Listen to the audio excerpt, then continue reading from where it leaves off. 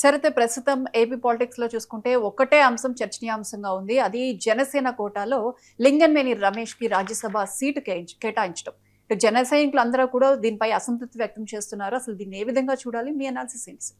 Yes అండి. ఇప్పుడు లింగమనేని రమేష్ గారికి రాజ్యసభ అంటే జనసేన పార్టీకి వచ్చిన ఒక రాజ్యసభ సీటే లింగమనేని రమేష్ గారికి ఇవ్వడం వల్ల జన సైనికుల్లో ఒక రకమైన అసంతృప్తి వస్తుంది అనేది ఉంది. ఎందుకంటే ఇంకా జనసేన అధ్యక్షుడు తీసుకున్న ప్రతి నిర్ణయాన్ని మీరు సమర్థించి తీరాల్సిందే అనుకుంటూ జనసేన అధినేతలు చాలామంది నాయకుల నుంచి కూడా మనకు వినపడుతున్నాయి. అంటే ఏంటి, రాజ్యసభకు లింగమనేని గారిని పంపడం వెనకాల జన సైనికుల్లో కాస్త అసంతృప్తి ఉంది. ఈ విషయాన్ని నన్ను అడిగారు కాబట్టి నేను ఏం చెప్తానంటే, ఇప్పుడు జనసేన ఈ జేఎస్పీ పార్టీ అనేది చాలా కీలకమైన దానికి ఒక రోల్ ఉంది భవిష్యత్తులో. ఆంధ్రప్రదేశ్ రాజకీయాలు మనకేంటంటే స్వతంత్రం వచ్చినప్పటి నుంచి ఆల్మోస్ట్ చూసేటు ఎవరో రెండు వర్గాలు, రెండు కులాల మధ్య ఉండిపోతున్న పార్టీలు. ఏ పార్టీ ఉన్న కుల ఆధారిత పార్టీలే అక్కడ ఆంధ్రప్రదేశ్లో ఉంటాయి. రీసెంట్గా పవన్ కళ్యాణ్ గారు కూడా ఈ విషయాన్ని మాట్లాడారు. కులం అనేది అత్యధిక ప్రాధాన్యత ఉంటుంది. రెండు కులాలకు సంబంధించిన రెండు పార్టీలు, ఇది ఆంధ్రప్రదేశ్ రాజకీయాలు.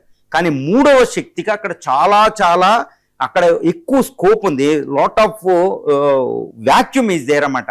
చాలా అవకాశం ఉంది మూడో పార్టీకి. అది జేఎస్పీకి అవకాశం ఉంది. ఎందుకంటే మూడవ పార్టీ ఏది కూడా ఆంధ్రప్రదేశ్ రాజకీయాల్లోకి రాలేదు. ఇప్పుడు జేఎస్పీ ఒక అద్భుతంగా విజృంభించి పైకి వెళ్ళిపోయింది అనమాట ఇప్పుడు పార్టీ. ఆ పార్టీ ఇప్పటివరకు ఈ రెండు కులాలకు సంబంధించిన పార్టీలు వాళ్ళ వర్గాలకు కాకుండా మిగిలిన ఇక్కడ బడుగు సామాజిక వర్గాలని ఎస్సీ ఎస్టీ ముఖ్యంగా బీసీలకి వీళ్ళకి ప్రాతినిధ్యం వహిస్తూ ఏ పార్టీ కూడా రాలేదు. కాబట్టి ఇప్పుడు జేఎస్పీ ఏంటంటే అక్కడ విజయ్ కేంద్రీకరించినట్టు బీసీలు ఎస్సీల మీద ఎక్కువగా దృష్టి పెట్టాల్సిన అవసరం ఉంది. ఎందుకంటే వీళ్ళకి ఇంతవరకు రిజర్వేషన్లో ఇప్పుడు చూడండి, ఒక 8% ఎస్టీలకి ఇవ్వాలి, 6% ఏపీలు అయితే 6% సీట్లే ఎస్టీలకి ఇస్తారు. తర్వాత ఒక 16% 15% సీట్లు ఎస్సీలకి ఇవ్వాలి, ఈ 15-16% మాత్రమే ఎస్సీలకి ఇస్తారు. అంతే, ఈ దాటి మాత్రం ఇవ్వరు. అక్కడ రాజ్యాంగం చెప్తుంది కాబట్టి. ఎందుకంటే వాళ్ళకి ప్రాధాన్యత ఇచ్చే పొలిటికల్ పార్టీలు రాలేదు, గుర్తుపెట్టుకోవాలి. తర్వాత బీసీలని వాడుకోవడానికి పార్టీలకి ఇస్తారు. కానీ జనసేన పార్టీ ఈ ఒక్క విషయాన్ని గుర్తుపెట్టుకుంటే అది అధికారంలోకి వస్తుంది. అదే అక్కడ ఏపీ పీపుల్ ఎక్కువ కోరుకునేది.